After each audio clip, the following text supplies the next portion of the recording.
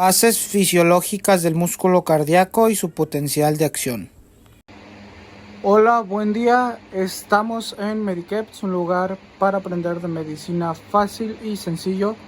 Este es el primer video de espero muchos donde hablemos acerca de temas de fisiología, anatomía y embriología. He de decir que personalmente la fisiología me gusta muchísimo, por lo cual va a ser el tema que más van a ver por este canal. ¿Ok? En este caso quiero empezar con el corazón, con la fisiología del corazón, con la conducción del corazón, porque el corazón tiene otras funciones también, además de esta. Pero esta es una de las principales a tomar en cuenta, o de las esenciales que una estudiante debe manejar, y es decir, los trazos eléctricos en el electrocardiograma. Pero para ello debemos de entender todo esto que está aquí, desde lo más sencillo como la despolarización hasta lo más complejo como lo es el electro, y es así como lo voy a abordar. Hay otros temas que se necesitan ver si es que se quieren tomar de la mano, como lo es los potenciales de acción, o más bien la fisiología del músculo liso, del músculo esquelético, y sobre todo lo que es estos temas de difusión en la membrana, ¿sí? Pero aquí lo vamos a hacer de una manera más entendible y sencilla. Empecemos. Lo primero que vamos a hacer es que el corazón pues tiene 4 camaritas, ¿vale? 2 aurículas que están situadas en la parte superior y 2 ventrículos que están en la parte inferior. Y cada uno de estos son 2 corazones, el corazón derecho y el corazón izquierdo. El corazón derecho con la sangre poco oxigenada y el corazón izquierdo con la sangre oxigenada. El derecho lleva la sangre hacia los pulmones y el izquierdo hacia el resto del organismo. Esto nada más son como cuestiones anatómicas generales, ¿ok? La aurícula derecha está separada del ventrículo derecho por la válvula tricuspidia, ¿sí? Y la aurícula izquierda está separada del ventrículo izquierdo por la válvula mitral. ¿Qué son las válvulas? Son como compuertas de tejido fibroso que se abren o se cierran dependiendo de en qué ciclo del ciclo cardíaco se encuentre, ¿ok? Estas dos válvulas, las tricuspidia y la mitral, se le conocen como válvulas auriculoventriculares. Y tenemos otras 2 válvulas también, las cuales nos separan a los ventrículos de sus tractos de salida. En este caso, el ventrículo derecho está separado de la arteria pulmonar por la válvula pulmonar. Han de saber que dije arteria pulmonar. ¿Por qué arteria si lleva sangre poco oxigenada? Pues porque realmente la definición de arterias o venas es dependiendo de si sale o entra al corazón. Si sale del corazón directamente son arterias, y si entran son venas, ¿ok? Por eso es que estas que salen del pulmón hacia el corazón se llaman arterias pulmonares. Venas pulmonares, perdón.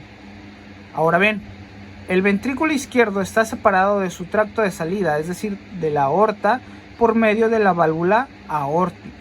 Y estas dos, válvula aórtica y pulmonar, nos constituyen las llamadas válvulas semilunares.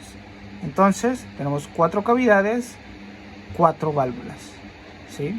La válvula tricuspidia divide la aurícula o atrio derecho del ventrículo derecho y la mitral del lado izquierdo, ¿ok?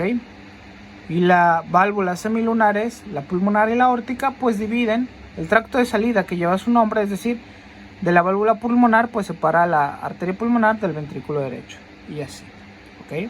Ahora, la función claramente del corazón es llevar sangre hacia todo el organismo, y para ello debe de haber trabajo mecánico, es decir, el corazón debe de contraerse, como sabemos, y esa contracción va a estar dado precisamente por las fibras musculares, de las cuales podemos encontrar 3 tipos en el músculo cardíaco: el músculo auricular, el músculo ventricular y las fibras musculares especializadas de excitación y de conducción. Es decir, a esto me refiero con fibras musculares especializadas. En la mayoría de libros presentan este sistema, que es nuestro sistema de conducción del corazón, de color amarillo generalmente. Y uno pudiera pensar que son nervios, cuando la realidad es que no, son fibras musculares especializadas, con poca contracción muscular, pero una amplia conducción de los impulsos eléctricos. ¿Sí? Esto es lo que hace que nuestro corazón se pueda contraer. Ahora bien,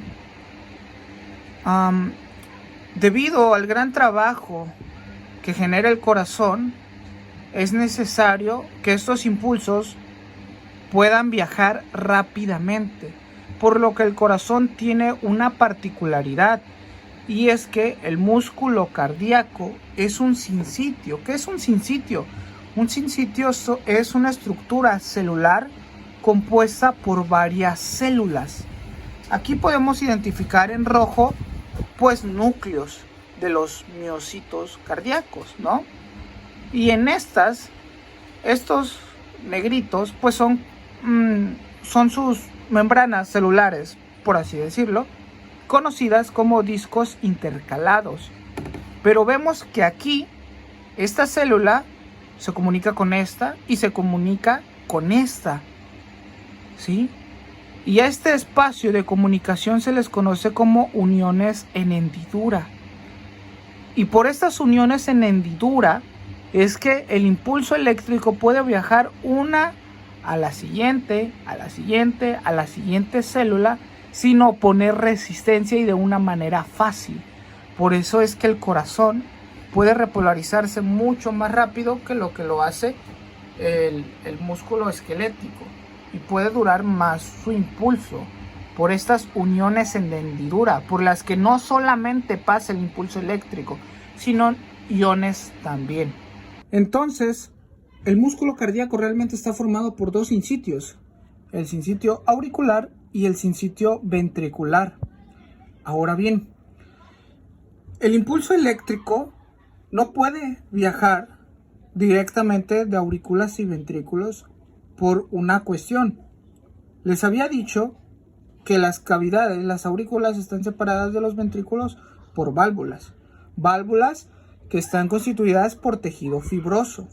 Y he ahí no el problema. Porque si el corazón se pudiera contraer junto, el corazón no serviría. No funcionaría como bomba. ¿Sí? Por eso es que realmente he ahí la cuestión.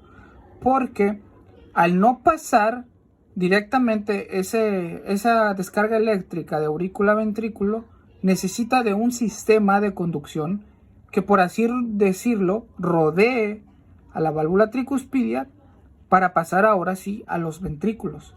Y es ahí donde tenemos a nuestro sistema de conducción, que es este que podemos visualizar aquí. No es tema a fondo esto, ni las particularidades de cada uno de ellos, porque lo que nos interesa pues es nuestro potencial de acción, despolarización que se lleva a cabo en el músculo cardíaco. Pero sí es importante mencionarlo para ir empezando a llevarlos de la mano a entender toda esta cuestión. Nuestro marcapasos, no, más bien el origen de toda esta actividad eléctrica, normalmente y fisiológicamente es el nodo sinusal, o abreviado SA, o nodo sinoatrial, que está situado en la pared posterolateral de la aurícula derecha, lateralmente a la desembocadura de la vena cava superior. Por eso es que se sitúa arriba de las aurículas en imágenes de los libros. Y esta tiene un haz y 3 fibras internodulares. El haz de Bachmann, que va a despolarizar el resto de la aurícula izquierda, que generalmente en la mayoría de libros ni siquiera lo mencionan, simplemente dibujan esta partecita de aquí.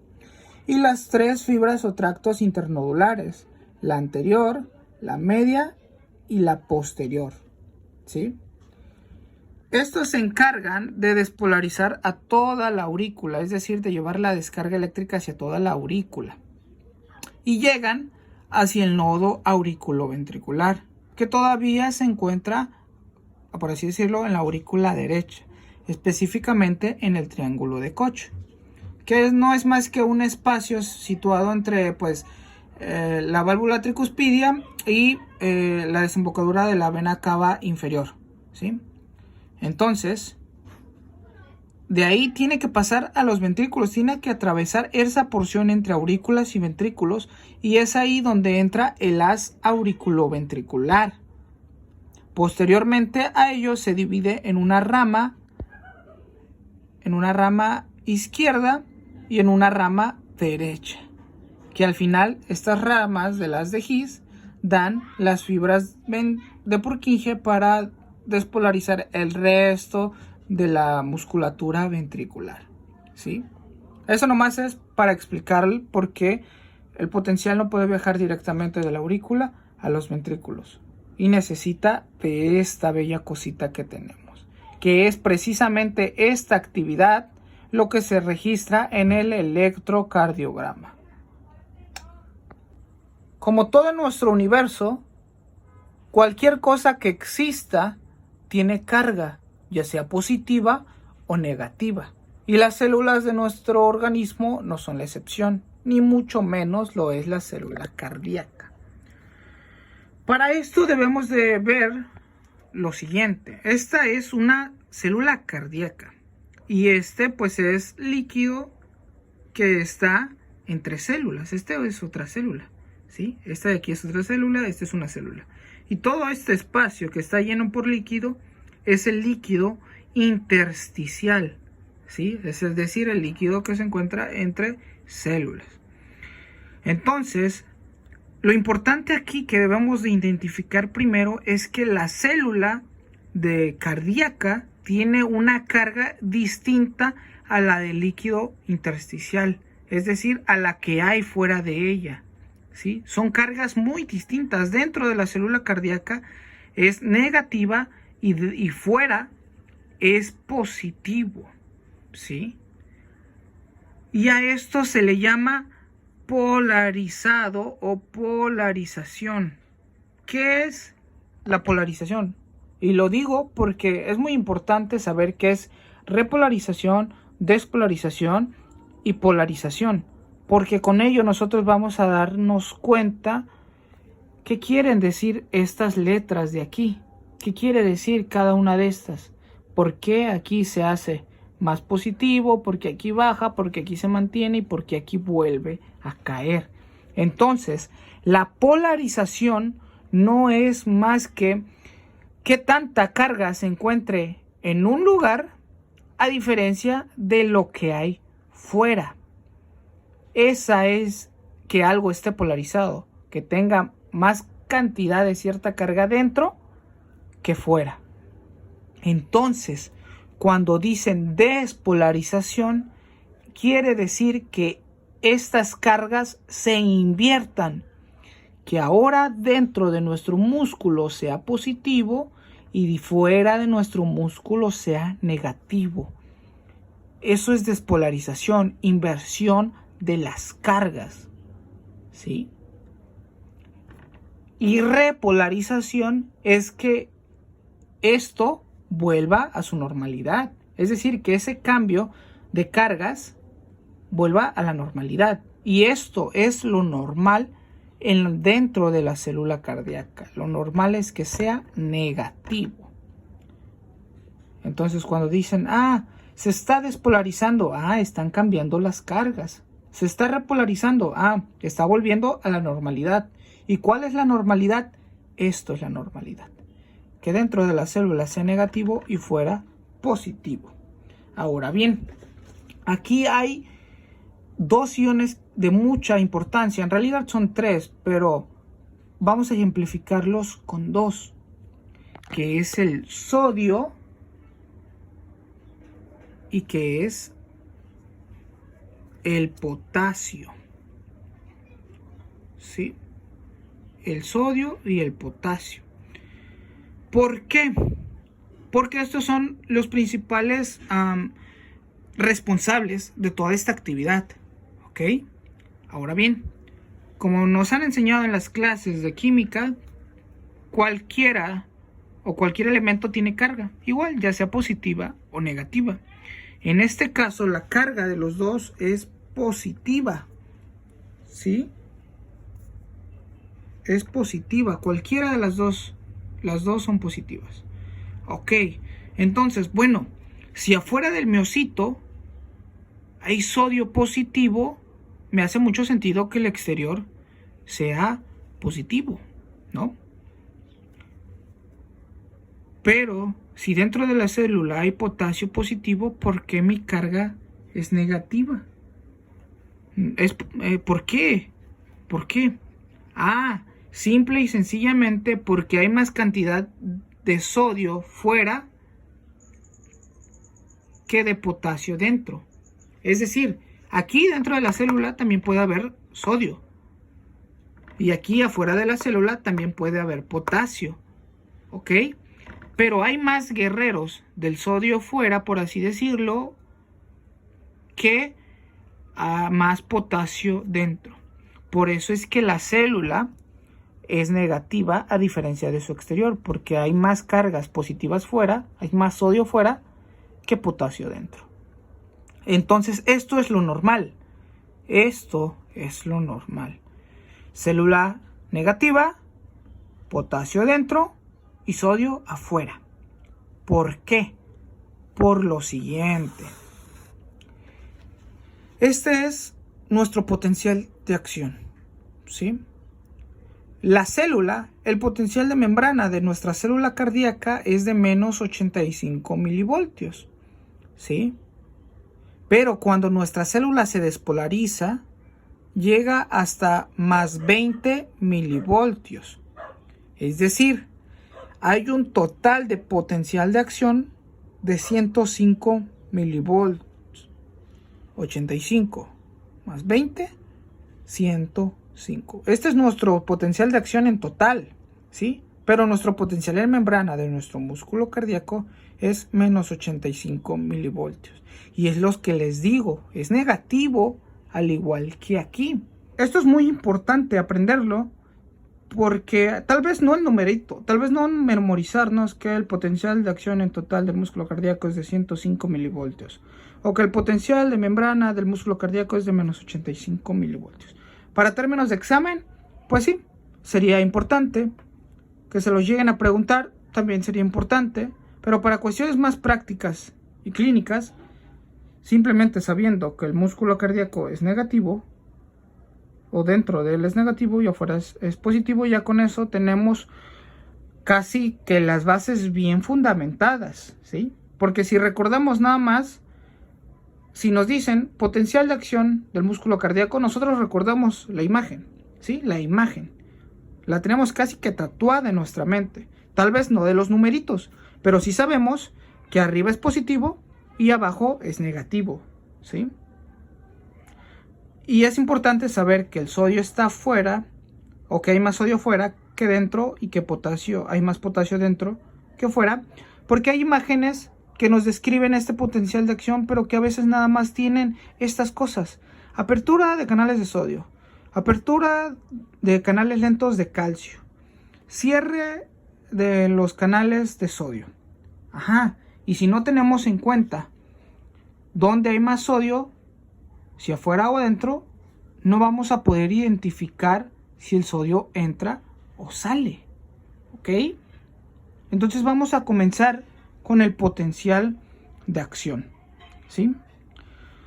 El potencial de acción cardíaco consta de 5 fases: la fase 0, la fase 1, la fase 2 y la fase 3 y la fase 4, ¿sí? Ahora bien, ¿cómo es que nuestro miocito, nuestro músculo cardíaco, se hace positivo? ¿Sí? ¿Cómo? Cada una de estas fases está marcada por sucesos, ¿sí? Ahora bien, la fase 0, cuando se hace más positiva, Su evento es que se abren los canales rápidos de sodio. Apertura de canales de sodio. Ahora bien, yo les pregunto aquí, ¿qué se imaginan? ¿Que el sodio entra de la célula o que sale? Si respondieron que el sodio entra, están muy bien. Si respondieron que el sodio sale de aquí para acá, pues no estamos bien, ¿sí? ¿Por qué? Porque más allá de que esto nos pueda decir que se hace más positivo y que obviamente necesita que esto entre para que se haga positivo, hay una cuestión, ¿sí? Que se llama gradiente, ¿sí? Que en fases de química, o más bien de la misma difusión facilitada o pasiva, nos dice que un gradiente es que ciertas partículas se vayan de un lugar de mayor a uno de menor cantidad, ¿sí? Ese es el gradiente, que partículas de mayor, es decir, aquí tenemos 5 personitas, aquí tenemos una y están divididas por una pared, ¿sí? Y nuestro gradiente nos dice que donde hay más, se van a mover hacia donde hay menos. Entonces, cuando nos dicen apertura de canales de sodio, como hay más sodio fuera de la célula que dentro, el sodio va a tender a meterse a la célula. Se va a meter dentro. Se va a meter tanto sodio que ahora dentro de la célula se va a volver positivo. Y afuera va a ser negativo porque ahora todo se invirtió. Ahora hay más sodio dentro que potasio fuera. O que el mismo sodio. Se metió tanto sodio que acá quedó poquito sodio. Por eso es que afuera se puso negativo. Y a eso se refiere la despolarización. La fase 0 es la fase de despolarización porque aquí se invierten las cargas. Se entra sodio a la célula y la célula se hace positiva. Se despolarizó. Ahora bien, llega a más 20 milivoltios. ¿Ok? Llega. Se queda ahí y ahora empieza una repolarización inicial. ¿Sí? Es decir, tiene que volver a la normalidad. ¿Cuál es la normalidad? Que se haga negativo.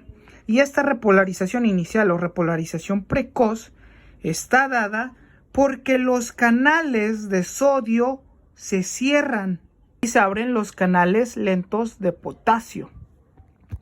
¿Sí? Es decir, en la fase los canales de sodio se cierran, no pasa sodio y en cambio los de potasio se abren, ¿sí? Es decir, en nuestra fase 0 lo que ocurre es una apertura de los canales de sodio. Es decir, entra sodio a la célula, es decir, entra cargas positivas hacia adentro y esa fase hace que nuestra célula se despolarice. Es decir, la fase 0 corresponde a la despolarización. Ahora bien, en la fase 1 lo que ocurre es que hay una repolarización inicial. ¿Qué es repolarización? Que se inviertan las cargas, es decir, que se vuelva a ser negativo. Para ello, salen los canales de potasio por sus canales de potasio y no hay entrada de sodio, es decir, se bloquean los canales de sodio. Entonces aquí ya lo tenemos. Fase 0, entra sodio y nos lleva a la despolarización. Se vuelve positivo dentro. Y en la fase 1, lo que ocurre es que se bloquean los canales de sodio, ¿sí? Se bloquean los canales de sodio, es decir, ya no puede entrar ni salir sodio, ¿vale? Entonces ahora se abren los canales de potasio. Estos canales de potasio permiten que el potasio que hay aquí se salga, ¿sí? Que salga potasio. Y con ello se lleva cargas positivas hacia afuera. Es decir, El sodio no se mueve ya de adentro como está aquí, ¿sí? El sodio ya no se mueve. Pero el potasio ahora empieza a salir. Y como está saliendo cargas positivas de afuera, esto ahora se está volviendo negativo y esto se está volviendo positivo. Es por eso que hay una pequeña repolarización inicial. Ahora ocurre algo muy característico en el músculo cardíaco, una meseta.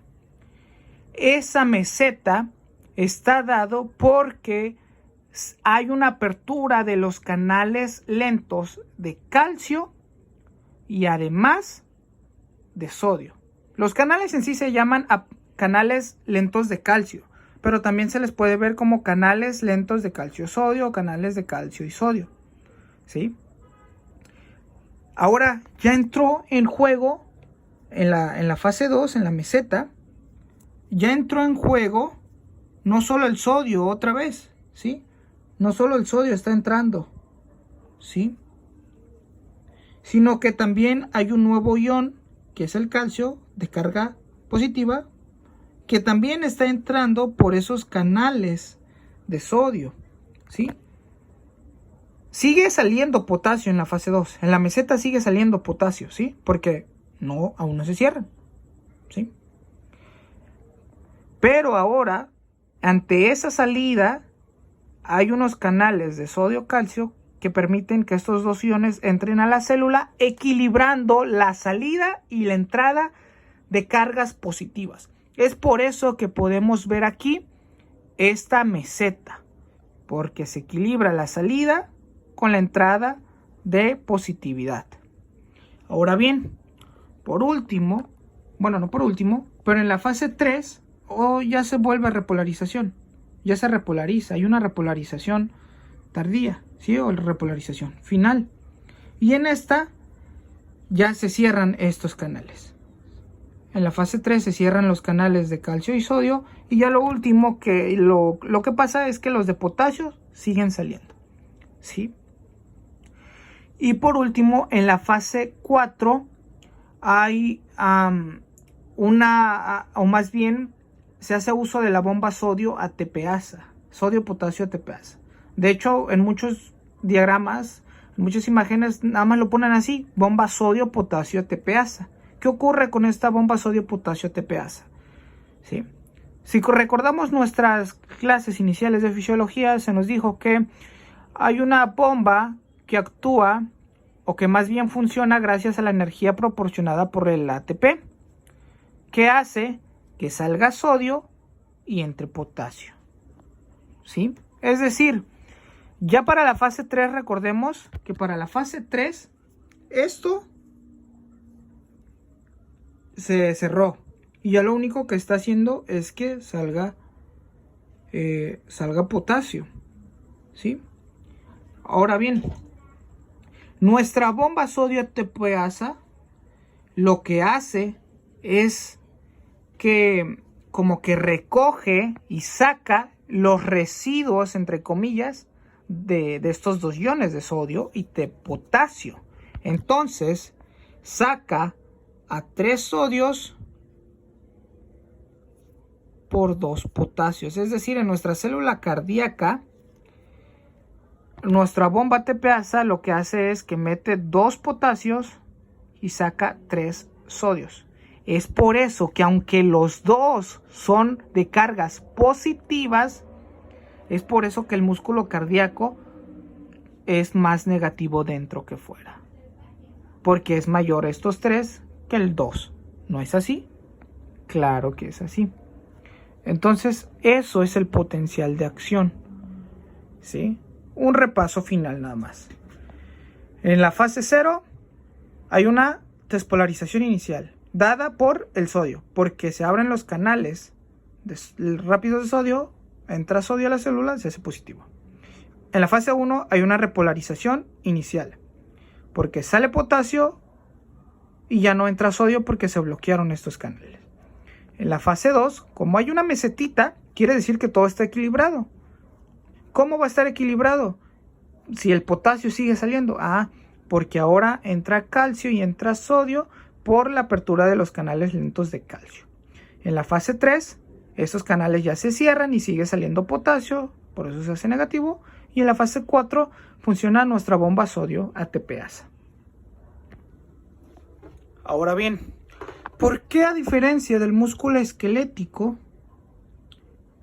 aquí en el músculo cardíaco hay una meseta y es mucho más prolongado? Porque realmente el potencial de acción en el músculo estirado en sí nada más es así.